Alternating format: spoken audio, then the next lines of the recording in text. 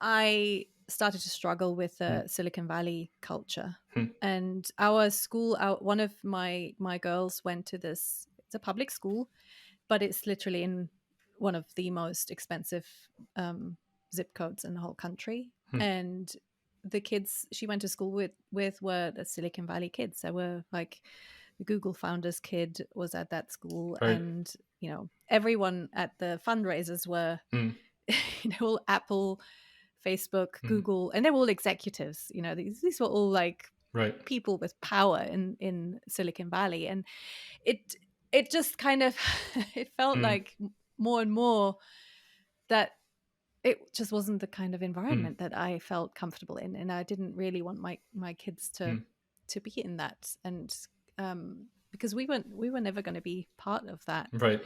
And while there are plenty of families who are not part of it, but it just kind of the whole culture, and it all about making money and founding a new business and this and that. And everything was just, it felt like even at school parties, you'd end up talking business. And it was just, This is the San I just felt like, Francisco you know what? experience. Yeah. Yeah, you know, and I'm sure there are areas where it's not as extreme. We picked probably the most extreme area, also because we looked at where are the best schools.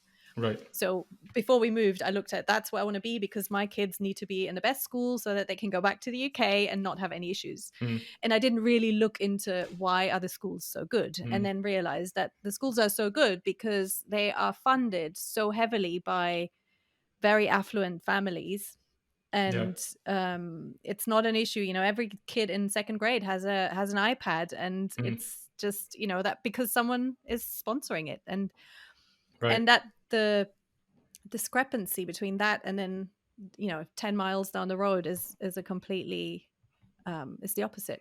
Yeah. You know, families with nothing. And that's become so much more extreme in the Bay Area that I just felt less and less comfortable with it.